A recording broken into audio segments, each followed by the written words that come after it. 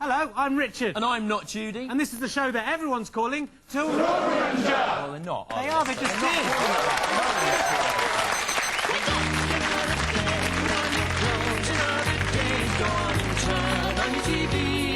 Time to watch This Morning with Richard and Judy. Let down your hairs, forget all your cares. Kick off your shoes, here is the news. Take off your shirt, here is the dirt. Take off your pants, thanks. With Richard and Judy. For better, not worse, it's live, not rehearsed. Made fun of money, surprisingly funny. Welcome your hosts and predictions. You, they have no idea, so let's see how they do for This Morning with Richard and Judy.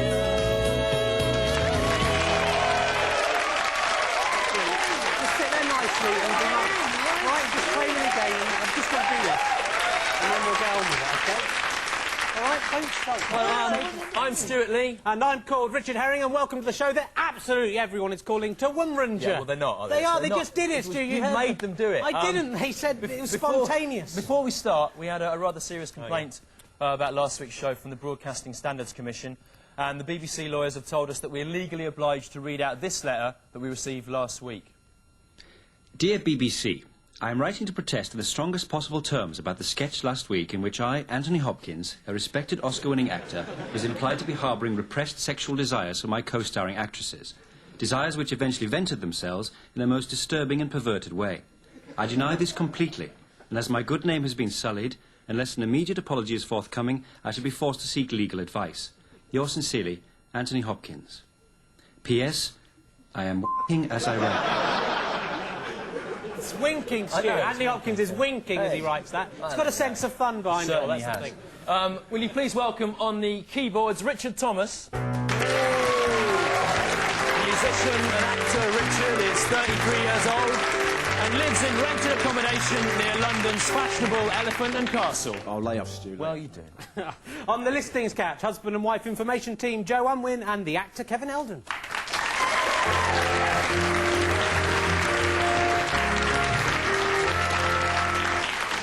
And don't go forgetting our gorgeous new bar slaves, Trevor and Natalie. Hey, easy on the eye. They're easy on the eye, here they come. Easy on the eye. Now, if you've been watching in previous weeks, you'll know that, like the Parliamentary Labour Party... Excuse me, mate, I'm trying to talk here. Excuse me, mate, I'm trying to talk here. I'm Stewart. Richard, who is this? It's Nikolai, my French exchange partner. What is he doing here now? It's his turn to come over to Britain. Well, you're still doing exchanges now? Yeah, when is I this don't gonna really like finish? him very much, you know. He smells a bit unusual and, you know, he bullies me all the time. But, you know, my mum says he has to come You're on. 30 years old. You have to do exchanges, do you? Come on, Rich, let's go. We said we'd go to the Trocadero, yeah? We go on Rock Circus and Well, come on. No, look, we just have to do this. It's 45 minutes, OK? Just sit nicely You're and so wait. boring. Just keep him quiet, all right? Just keep him quiet. Don't mock me like that. Shut up, Nicola. I've just got to do this. Shut Stop up. it. Right, now, like the Parliamentary Labour Party... Shut up. We have 5 aims which we hope to fulfil by the end of the series. Yeah, let's recap and see how we're getting on so far.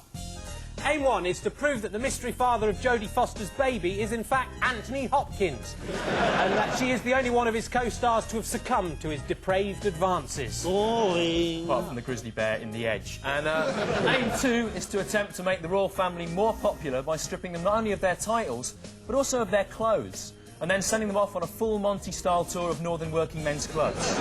Boring. Aim 3 is to replace Saddam Hussein's moustache with a slug that has been trained to burrow into his face while he's asleep and eat the parts of his brain that make him evil. Aim 4 is to have the KFC nibbling it girls, Tara Palmer-Tomkinson and Tamara Beckwith, deep-fried in hot oil, battered in Colonel Sanders' secret recipe, and then fed to a pack of ravenous dogs. Boring. Finger-licking good, Apparently those girls, so. yeah. And aim 5, finally, to capture a Bigfoot live and then force it to live with a cutesy American family to see if it would really have lovable sitcom-style adventures or whether it would just rip off the children's heads and drink their blood. And that's all the aims for this week. Judge us on our ability to fulfil them. Don't do because that, Nicola! Stop it! So unprofessional. I'm sorry, those are illegal.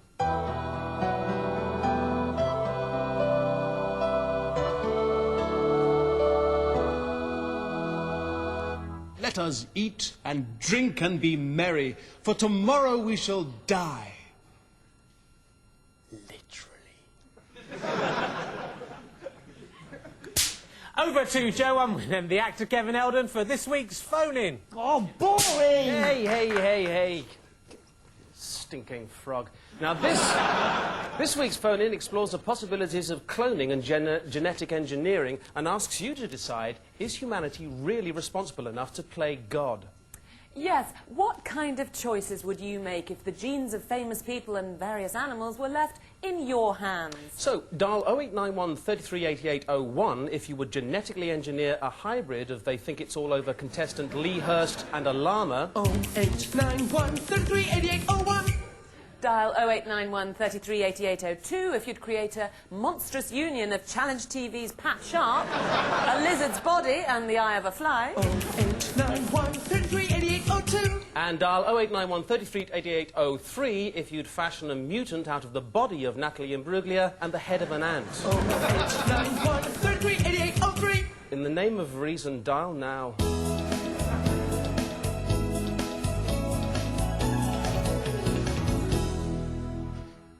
And we should point out there that in all those instances, neither the animal parts nor the human body parts have been proportionally increased or decreased in size to match each other. Thus, you'll have seen there, Pat Sharp's head, for example, would be far too big for his body, his lizard body, and would drag painfully along the ground.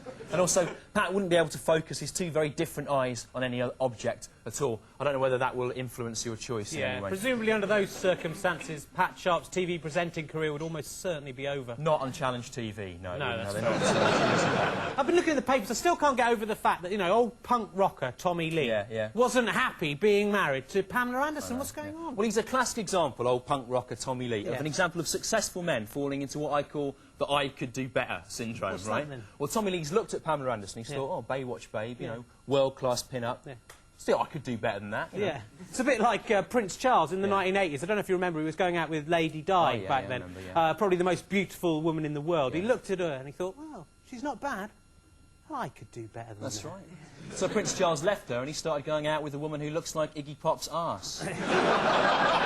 But Jerry Hall actually had some good advice on how to stop your man from straying, which certainly worked with Mick Jagger, didn't it? So she said, if you want to keep your man, you should act like a cook in the kitchen, a maid in the parlour, and a whore in the bedroom. Good advice, although better advice is most men are probably happier if you just act like a whore in every room of the house. That'll be fine. If you can't cook, just send out for a pizza while you're whoring in the airing cupboard. Or if you're a particularly good cook, just send out for a whore.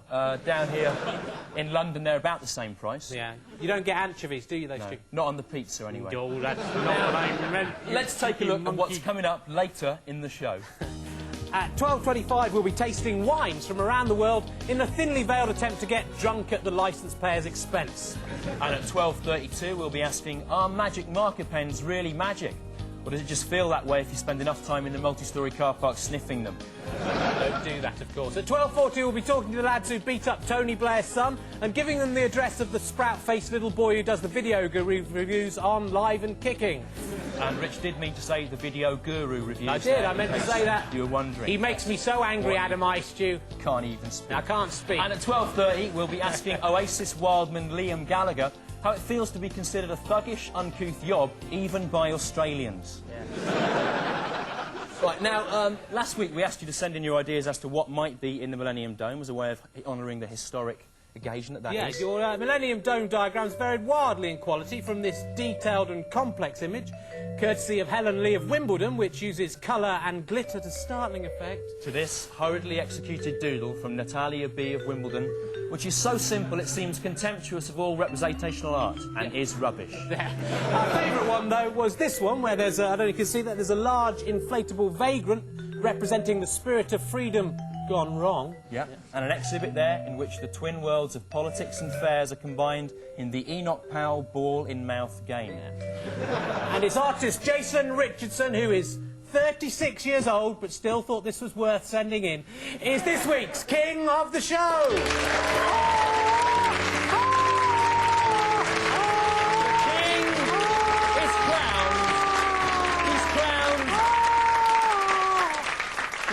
King Jason, I was wondering, how did you come up with this fantastical vision? Well, I actually can't remember because I came up with it in my sleep, so... You were A asleep. bit like Coleridge or some kind of visionary like that. That's right. I've lost everyone. Martin Luther King, I had a dream. This one probably will fail to inspire the civil rights movement in quite the same way, though. Never mind. Now, King Jason, we didn't bring you all the way from Wallasey in Liverpool to London to just be sat next to you by a man whose face is clearly too small for his head. Oh, no. Shut up, you leave him alone. I love you, Trevor, you're looking great. You'll also get to eat and drink whatever you desire from this, the All-Europe Confectionery Trolley. And this week's trolley is lavish with the finest sweetmeats Europe has to offer, as advertised in poorly dubbed, conspicuously foreign adverts. Yeah, from Germany, we've got my favourite, Kinder Eggs. Kinder Eggs, Richard. No, my dad calls them Kinder Eggs, and he should know. right. They're called that because they're a kind of egg. That's Yeah. why they're... Kinder Eggs.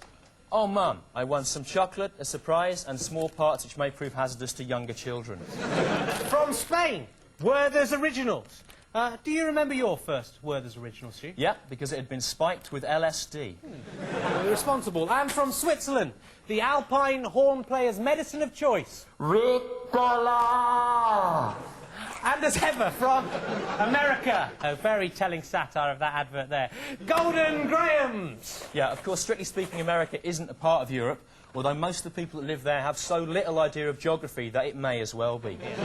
Graham's there, I notice, are still bearing the advertising slogan, can you handle the taste? Can you handle the taste, Stu? No, because taste is a metaphysical concept and thus cannot be handled. Boycott Nestlé on philosophical grounds alone. And let's see if our king, for all his royal might, can handle the taste of Golden Grahams. Eat them. Eat the Grahams. Eat the Golden Eat Grahams. the Grahams. Force them Eat into them. his kingly mouth. Eat Oh, Grahams. oh, doesn't look good. Oh, can you handle the taste? No, they're foul. They're foul. The king has spoken. Hey.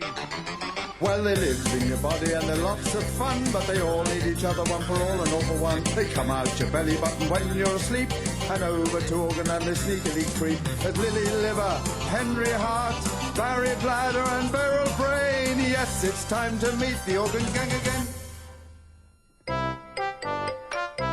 Who's in Mr. Cosgrave's pedal bin today? Why, it's Lily Liver. Hello, Lily.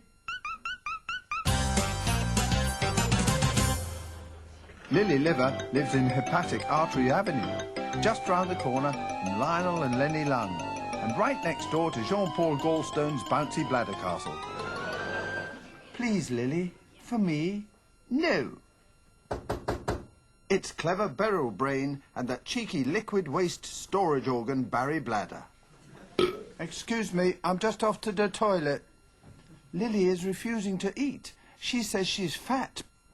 I'm not eating anything ever again. So I am trying my darndest to cook her something so delicious that she will have to eat it. Do you all want to help? The organs worked furiously to prepare a dish that Lily would eat. They baked and they fried and they whisked and they chopped, apart from Barry Bladder, who just drank any available liquid.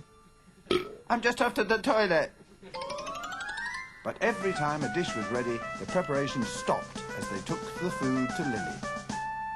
No!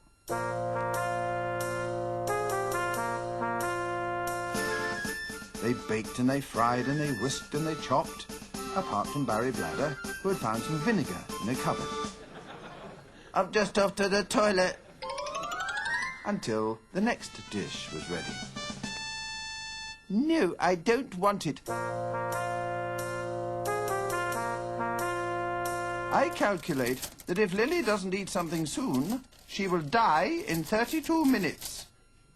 And when Lily Liver dies, all her friends die too. Will our pals convince Lily to eat something for the good of everyone? Or will they let her die? Hence the title, Liver Let Die, you see. Find out in a few minutes' time.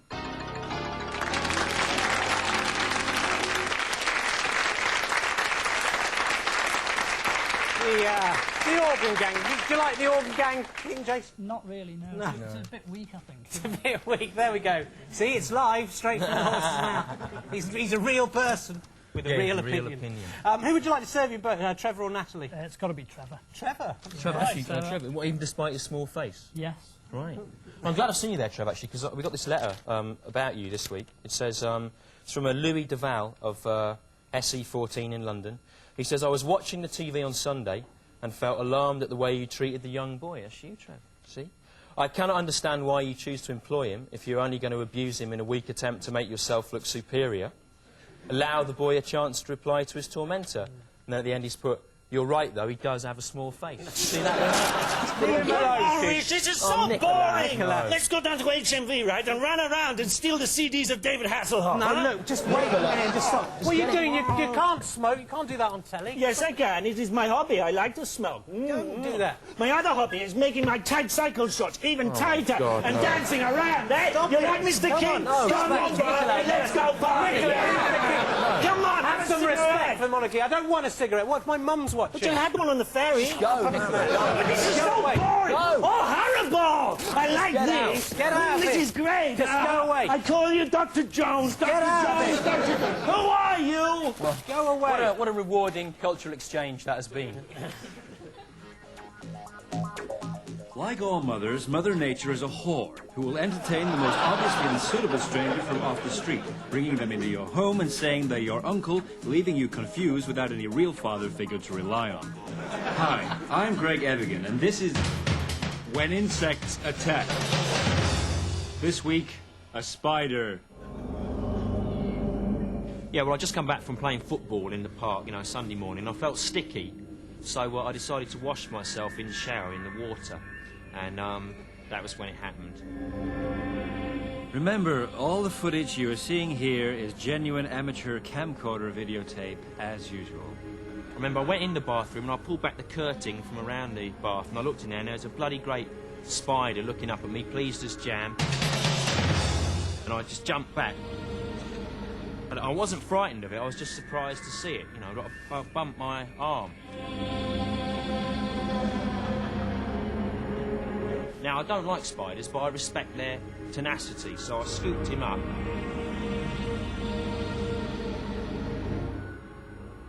And little fella, you know, and I took him out, just chucked him away in the street like that. My arm hurt afterwards, though, for a bit.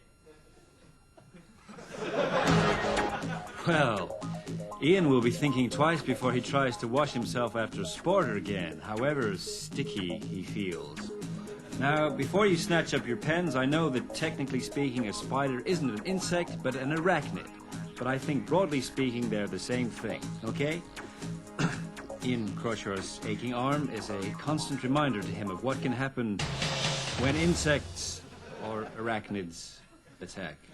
If you have any home video footage of people being attacked by insects, please send it in.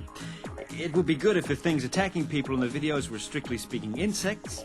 I mean, just because we've had a spider on the show, don't start thinking you can send in footage of dogs or otters or giraffes. I'm Greg Evigan. Goodbye. I made this.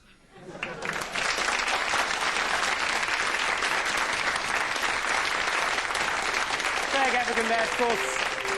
Also appeared in Tech Wars. Many people reminded us. This was another top submission from our Millennium Dome competition. Daniel Stirrup of New Cross sent this in, which is modelled on the head of fat singer Buster Bloodvessel. That's right.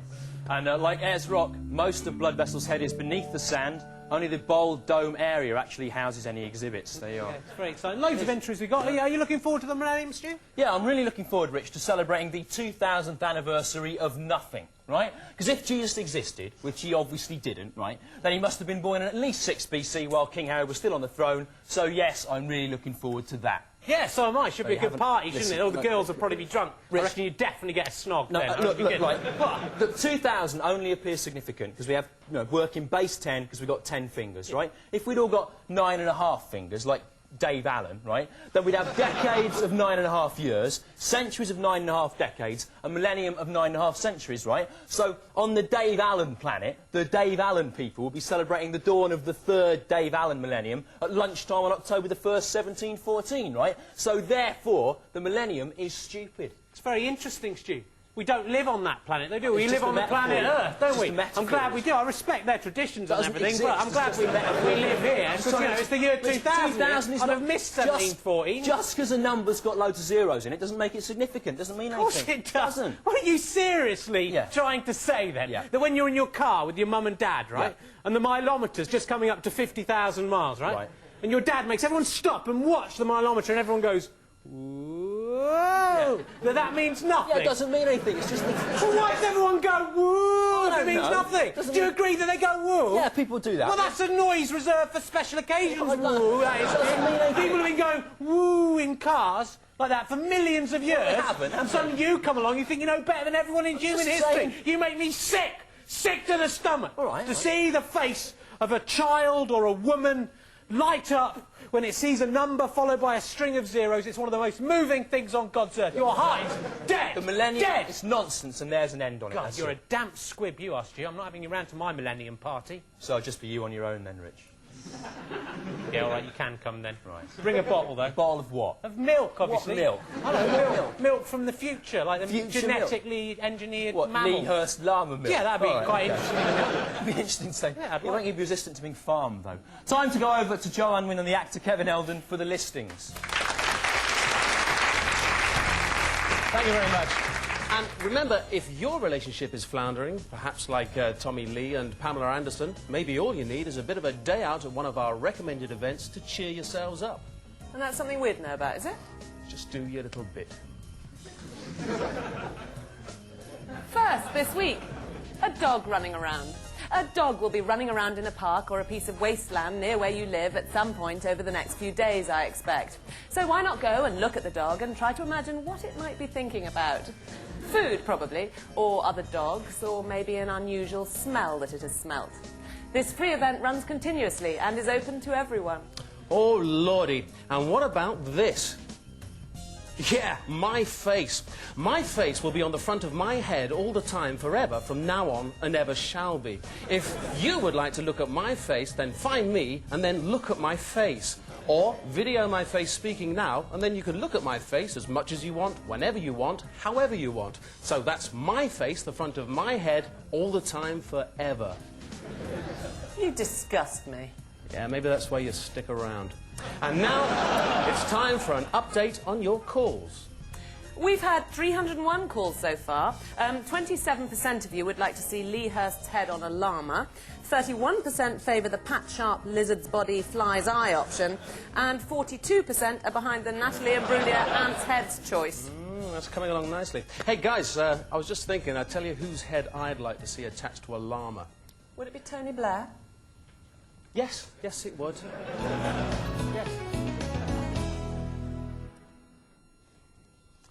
Remember there also, that is a normal-sized ant's head on top of Natalie Imbruglia's body. In fact, it's doubtful whether Natalie would be able to get enough air into her human-sized lungs through the tiny ant's throat, resulting in all sorts of respiratory problems. Yeah, still, though, it's amazing what scientists can do these days, Yeah, up isn't to it? a It's point. an amazing yeah. thing to be able to make I mean, that. Something like the ant-headed Natalie Imbruglia, right? That raises more questions than it answers, doesn't it? No, it does. I mean, if you had a thing, right, with Natalie Imbruglia's body and an ant's head, does it think and reason like an ant, right? Or does it think and reason like an ex-Australian soap star who wants to be Alanis Morissette? Well, Stu, it thinks and reasons like an ant, obviously. It's so obvious. Even a lamb don't would know that, patronise Stu. me, don't It's you? obvious, no, which is a good Why? thing, actually. Because if you saw the Natalie Imbruglia ant head thing coming down the street, Yeah. you could just run out quickly, lay a trail of sugar out and lure it into your house. For who knows what kind of malarkey you get up to What are there. you saying? An ant-headed Natalie Imbruglia doesn't bear thinking about. It's just... Well, you don't look at the mantelpiece when you're stoking the fire, do you, What are Stu? you saying? Well, what I'm saying is you don't look at an ant's head when you're having sex with it, do you? Come on, everyone knows. sick. I'm not. You are I'd sick. ask you this question. Who is the real sick man in this so-called society? Is it the man who lays a trail of sugar out to try and lure Natalie Imbruglia with the head of an ant? Yeah, and the mind and personality and instincts of an ant. Exactly, Yeah. Stu, yeah. Lure her into his house to try and pleasure himself with her in whatever way he desires. Yeah, before the little oxygen supply runs out. Yeah, maybe, possibly, or maybe not. You know, as long as she's still warm, that's the important You're thing. sick, you're sick. Or is it the businessman in his suit and tie, having sex with the same woman, his wife, Every day of his life for 40 years. Yeah, thanks. Well, it's the first one. It's the ant, you know, head, lure, sugar... No, wait, mate, I made a mistake. No, wait, I made a mistake. Who's the real sick man? Is it the ant, Natalie and Brugler, lure, sugar man? Or is it the bloke who dresses up as Big Daddy and tries to get children to bounce on his stomach? Well, it doesn't matter. They're both you, aren't they? It doesn't make any difference. Didn't think it Well, through. think it Well, I through didn't next time. think You it should have thought through. it through. I did not think it through.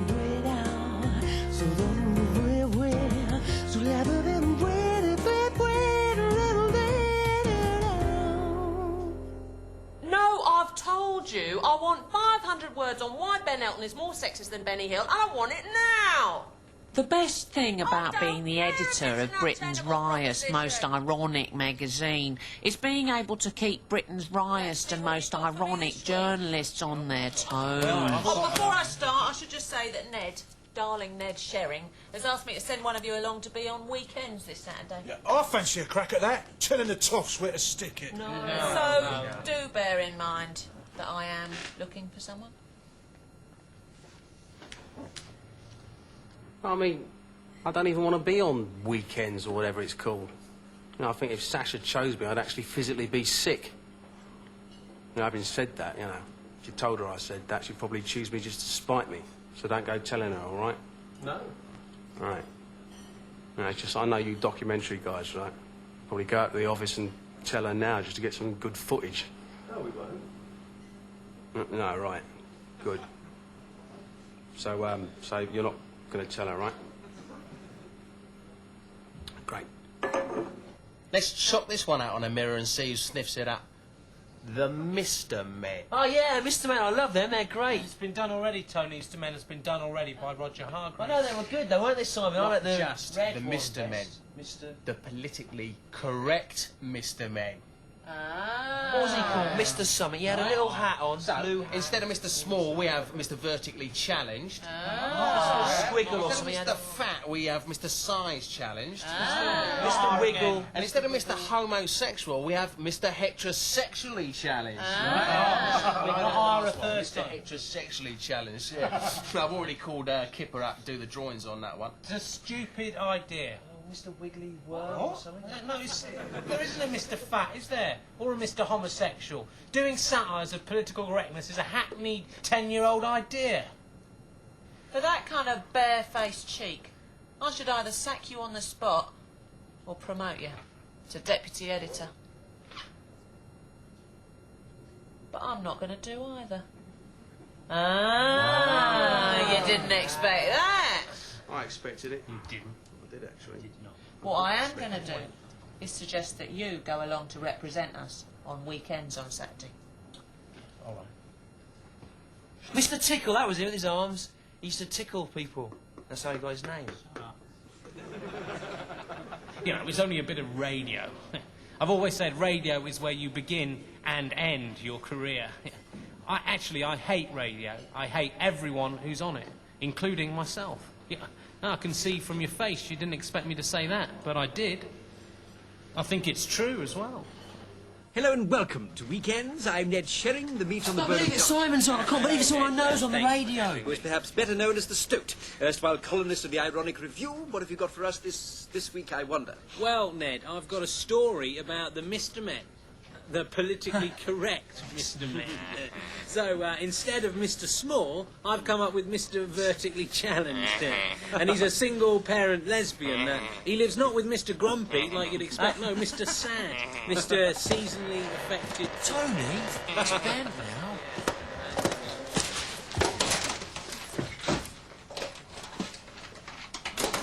Right here.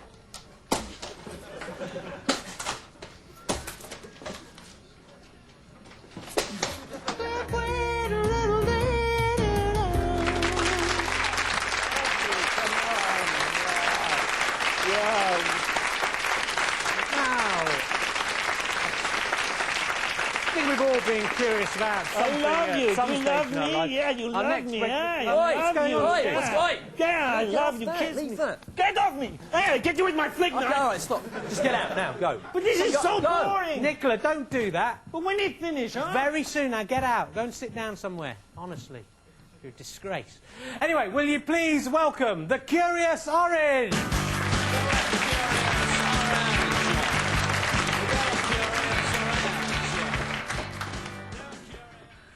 Mr. Stew. Hello, Mr. Rich. I am Curious Orange. Great, and what are you curious about this week, I wonder? Well, this week, Mr. Rich, I'm a bit curious about this conundrum. Why do men have nipples? I mean, what's that all about? I'm very curious to know why that should be. Well, yeah, I think I can answer this one for you. You see, it's all due to the development of the fetus in the womb. I mean, men can't lactate, can they? So why do they have nipples? Well, if you listen, I'm trying to explain to you why the reason is, okay? So every human being is based on a little template that grows in the womb, and it's only about week 13 that fetus starts to grow. So, you know... Yeah, but why do men have nipples? I mean, they're just useless, aren't they? Look, are you really curious about this? Or you're not listening, are you? You know, are you curious or not? Yes, I'm Curious Orange. Well, listen to the answer then. You know, Rich has asked the question, you just smirk through it. Yeah. You don't seem to be listening at all. Listen to the answer. Ooh, keep your hair on. Just strikes me strange that men have nipples. I just thought it was funny. Well, it doesn't matter if it's funny, does it? You know, are you the curious orange or are you the bad observational comedy orange? What? I'm Curious Orange. Right. Just listen to the answer then, OK? So it's all to do with this template from which either a male or female child can grow. And so that takes 13 weeks before the thing gets decided. Will you stop doing that and just listen, right? And then that's why men have nipples, because nipples exist on the template. Don't do that. No, that's the answer, because it's on the template. Is your curiosity satisfied now, Curious Orange? Yeah. Well, is it or not? Yes! Thank you very much, Mr. Rich. Good. Ladies and gentlemen, the Curious Orange. So rude, it's so rude. It's really changed. You know, it's gone to his head, hasn't it? What do you mean by his head? I don't know. What, that, there? All of him, I think. Don't really know. The non-believer said, "I do not believe God exists because I have not seen him." The wise man replied, "And do you believe that oxygen exists?" "Yes," he said, not noticing the trap I had set for him. "And yet," I concluded, "you have not seen oxygen, have you?" "No," he said, "but scientists have through very strong microscopes or something." "Oh, my poor fool," I responded, "that is different." And although he tried to pretend otherwise, the mote fell from his eyes, and he believed.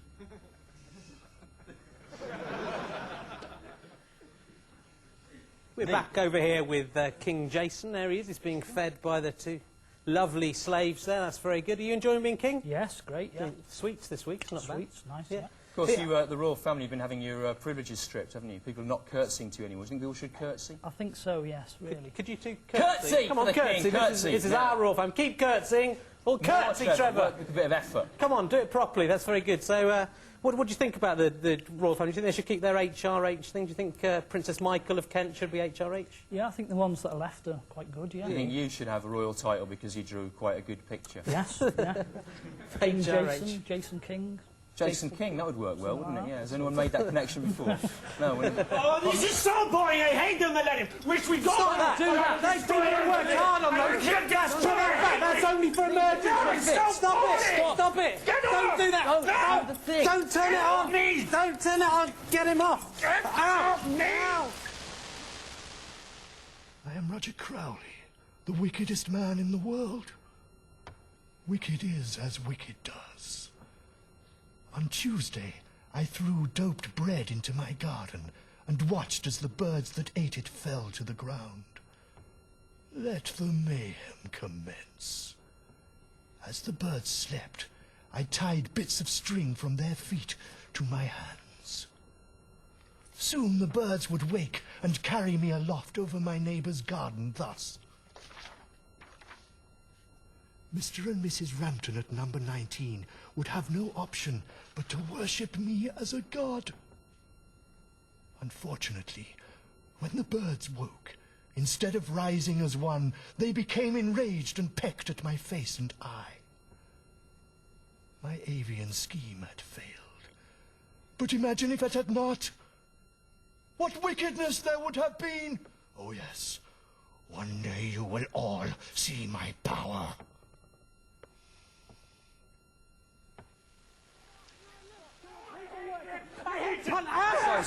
Francis Best! He's giving me a Chinese burn, Rich, Stu. go to the next. Burping in my face. Go to the next item. Men of Achievement, 1974. Francis Best, say it! He made the smell of... Men of Achievement 1974. This week's Man of Achievement 1974 is Robin Nelson Dudding. Robin is an editor from Hastings in New Zealand and is married to Lois Yvonne Miller. They have 1 son and 5 daughters. If you are interested in knowing more about Robin Nelson Dudding, he is also listed in Who's Who in New Zealand. Men of Achievement 1974. Look at that. Awful. That's the French. That's the French for you, Stu. Men of Achievement 1974 there, proving to be perhaps the least popular regular strand of the show. Not entertaining and of minimal educational value. But we will be carrying on doing it, whatever happens. Until it gets its own series. The new millennium... You stop that about the millennium. It's important. I want to go on about the millennium. It's very important. It's a very important time because a lot of people think the new millennium is the time that the new Jesus will arrive. What do you mean by the new Jesus? What do you mean he's by like the new Shmoo, right? But he's more Jesus-y, and he does magic tricks instead of going... Okay, I see, But, you know, in fact, a lot of people are actually saying about Jesus that he's already here, kind of looking around wisely. Maybe he's sitting here on this sofa now. What are you saying now? You have to suffer, Stu. I'm not saying that I'm Jesus, Stu. That is for other people to say. Rich, you can't keep suggesting you're God's representative on Earth. Stu, God is my father, who Art Garfunkel believes in as well, so he must be real. You are not. You are not. You don't look. You don't look anything like Jesus, do you? My poor fool, my poor Don't lamb. It's not do an you not arse. see? Not an what? For it is written, Stu, they will not recognise him when he comes. You didn't recognise me, so I must be Jesus. Yeah, I did recognise Quid pro quo. It works out. No, remember this morning when someone with a high-voiced Spanish accent tried to ring you up and sell you an orthopaedic bed, remember? Yeah. Hello, Mr. Lee. Do you want to buy an orthopaedic bed? I am Spanish.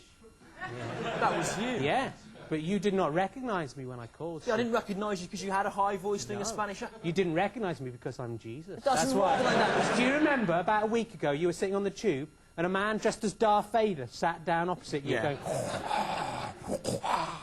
That was me, Stu. Yeah, but you didn't recognise me. You were dressed as Darth Vader. It's not, it's because I'm Jesus. That's why you didn't recognise. Do you remember about a month ago you were walking through Finsbury Park and a man leapt out of the bushes wearing nothing but a hockey mask in a state of priapic excitement, Stu. Leapt out and went, whoa, like that. Do you remember? That was me, but you did not recognise me when I came. I did recognise you when you came, Rich, but I thought it was best not to draw attention to the fact, because I felt the resulting publicity would harm both our careers. Well, they sometimes recognise Jesus, so I am still Jesus. I am. No. I'm Jesus. No. I am.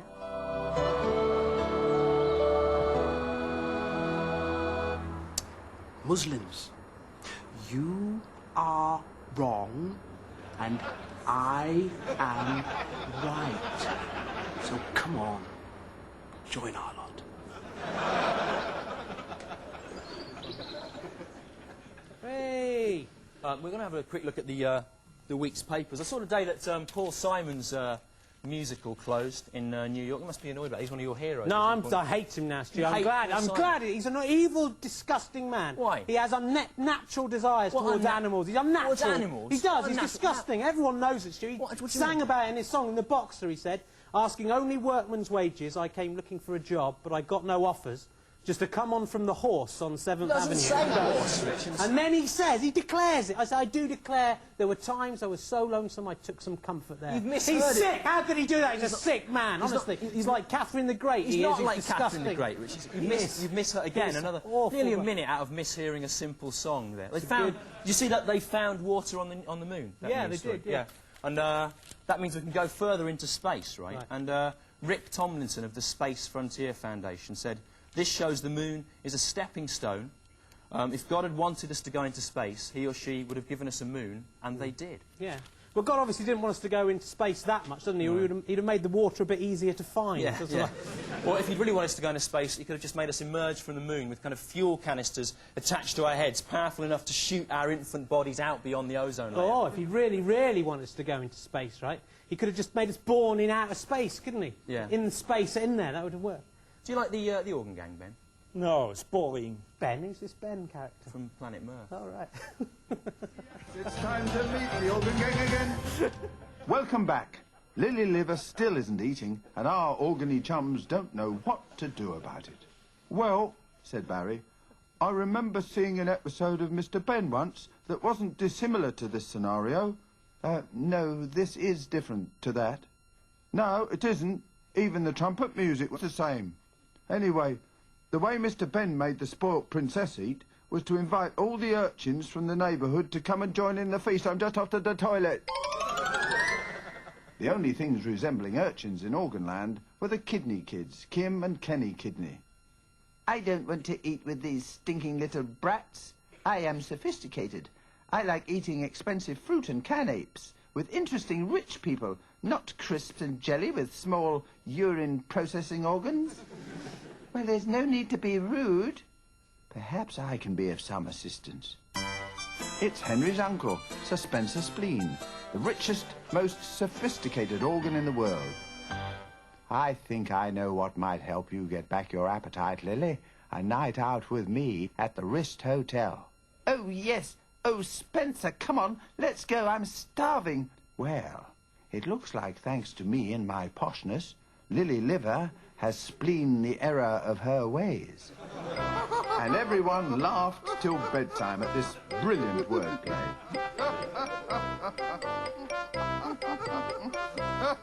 Except Henry, who was a bit sad that, after all his efforts to impress Lily, he had been cuckolded by a spleen in a top hat. So, did the Wrist Hotel live up to your expectations, Lily? But it was nice of Henry to go to all that trouble to make you all that food. So, I suppose what we've learned is that, given the choice, girls will choose blokes with money every time. And are more likely to get them if they are dangerously thin. Goodbye, Lily.